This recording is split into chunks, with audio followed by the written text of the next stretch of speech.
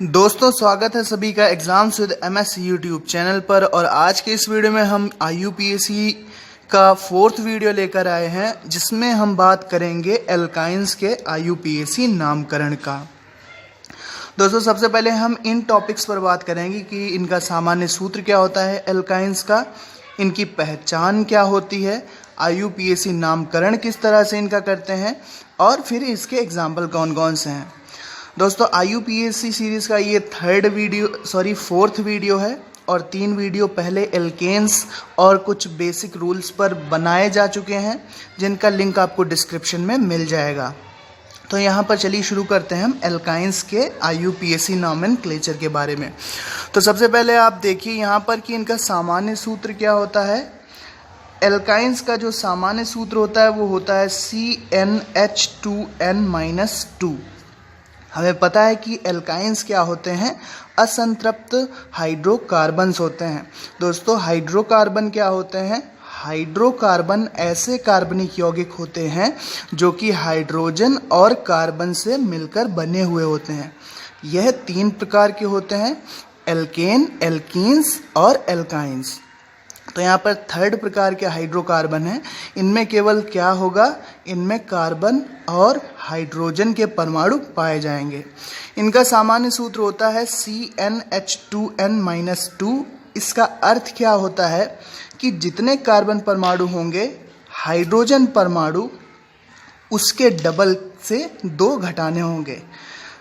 क्या मतलब हुआ, जैसे अगर यहाँ पर कार्बन परमाणु 2 लिए गए हैं तो 2 का डबल होता है 4, और 4 से फिर हम 2 घटाएंगे, उतने हाइड्रोजन परमाणु हमें लेने हैं। तो 4 से जब हम 2 घटाएंगे तो हाइड्रोजन परमाणु भी 2 बचेंगे। तो किसी भी एल्काइन का फॉर्मूला लिखते हैं तो हम इस सामान्य सूत्र के अनुसार लिखते हैं, जो कि है CnH2n-2। दूसरा एग्जाम्पल हम यहाँ पर लिख सकते हैं, अगर कार्बन परमाणु 3 हुआ तो 3 का डबल 6 होता है, और 6 से जब हम 2 को माइनस करेंगे तो यहाँ पर हो जाएगा H4, C3H4। तो इस तरह से हम सभी एल्काइंस के अणु सूत्र लिख सकते हैं अकॉर्डिंग टू दिस फॉर्मूला, इस सूत्र के अनुसार। पहचान क्या होगी, अगर कार्बनिक यौगिक की कोई संरचना लिखी हुई है तो हम किस प्रकार से पहचानेंगे कि ये एक एल्काइन का फॉर्मूला है। तो एल्काइन की पहचान ये है कि एल्काइंस में कम से कम ट्रिपल बॉन्ड उपस्थित होगा। कितना, एक ट्रिपल बॉन्ड तो उपस्थित होगा ही। दोस्तों एल्केन की बात करें तो एल्केन में सभी बॉन्ड सिंगल होते हैं। एल्कीन्स में क्या रहता है कि एल्कीन्स में कम से कम एक डबल बॉन्ड होता है, और एल्काइंस की बात करें तो उसमें कम से कम एक ट्रिपल बॉन्ड पाया जाता है। चलिए अब बात करते हैं इनका IUPAC नामकरण किस तरह से करेंगे। तो IUPAC नामकरण इनका पैटर्न होता है, वो होता है एल्केन। जितने कार्बन का एल्केन हो उस एल्केन से हमें ANE माइनस करना होता है, यानी कि एन हटा देते हैं और उसमें आइन जोड़ देते हैं। एल्केन से हमको माइनस करना होता है एन और उसमें जोड़ देना होता है आइन। किस प्रकार से, चलिए एग्जाम्पल लेते हैं फर्स्ट वाला। तो यहाँ पर हमने एग्जाम्पल ले लिया C2H2। दोस्तों अगर इसका संरचना सूत्र लिखेंगे तो कुछ इस प्रकार लिखेंगे कि C ट्रिपल बॉन्ड C और एक H इधर एक H इधर। कार्बन की चारों संयोजकताएं पूरी हो रही हैं और हाइड्रोजन की एक संयोजकता पूरी हो रही है। अब यहाँ पर देखिए आप कि इसका नामकरण कैसे लिखा जाएगा। तो 2 कार्बन का जो एल्केन होता है वो क्या होता है, 2 कार्बन का जो एल्केन होता है वो होगा एथेन। और एथेन से हमें क्या करना है कि माइनस कर देना है हमें ANE को और जोड़ देना है आइन को। तो इसका नाम क्या हो जाएगा, इसका नाम हो जाएगा इज इक्वल टू, ये जो पूरा नाम बनेगा तो ये बन जाएगा हमारा एथाइन। क्या हो जाएगा इसका नाम हो जाएगा एथाइन। तो आपने देखा कि किस प्रकार से बहुत ही साधारण तरीके से हम एल्काइंस का IUPAC नामकरण कर सकते हैं। दूसरा एग्जाम्पल भी देख लेते हैं। तो दूसरा एग्जाम्पल हम कुछ इस प्रकार लिख सकते हैं कि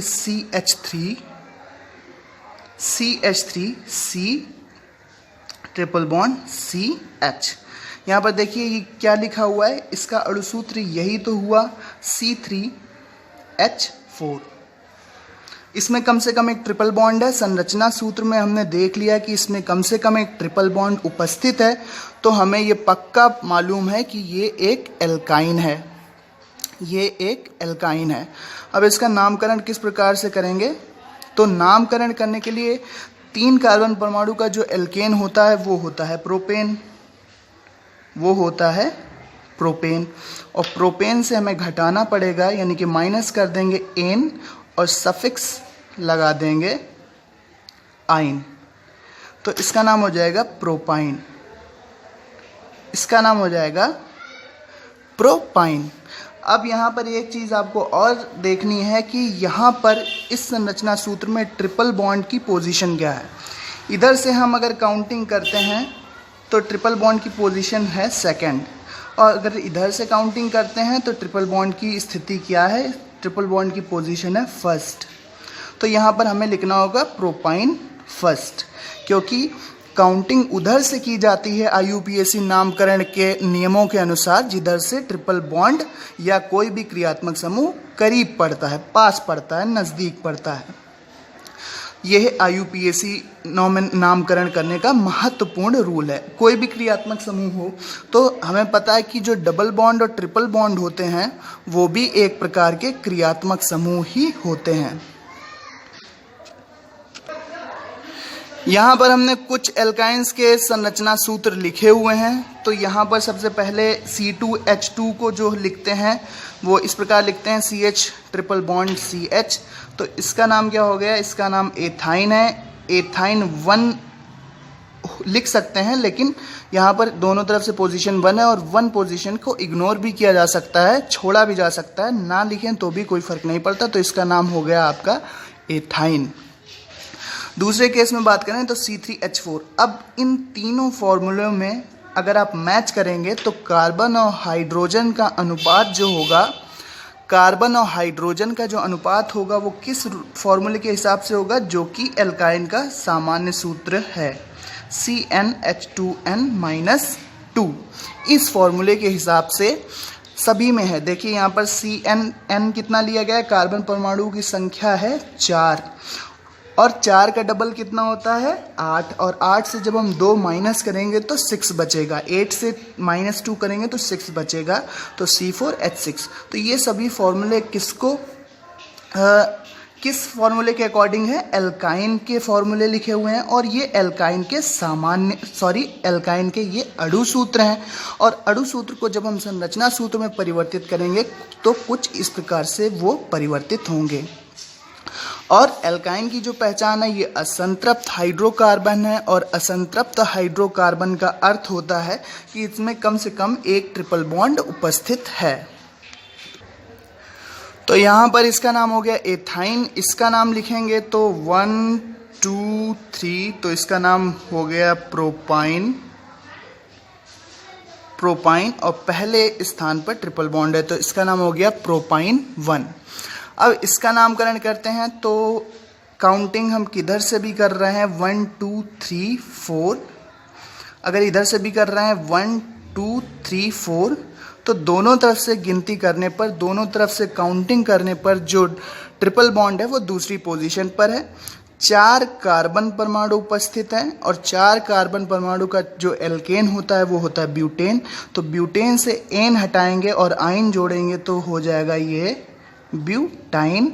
और ट्रिपल बॉन्ड की जो पोजीशन है वो कितनी है 2, तो इसका नाम हो जाएगा ब्यूटाइन 2, ब्यूटाइन सेकंड या ब्यूटाइन 2, ब्यूटाइन सेकंड भी आप बोल सकते हैं।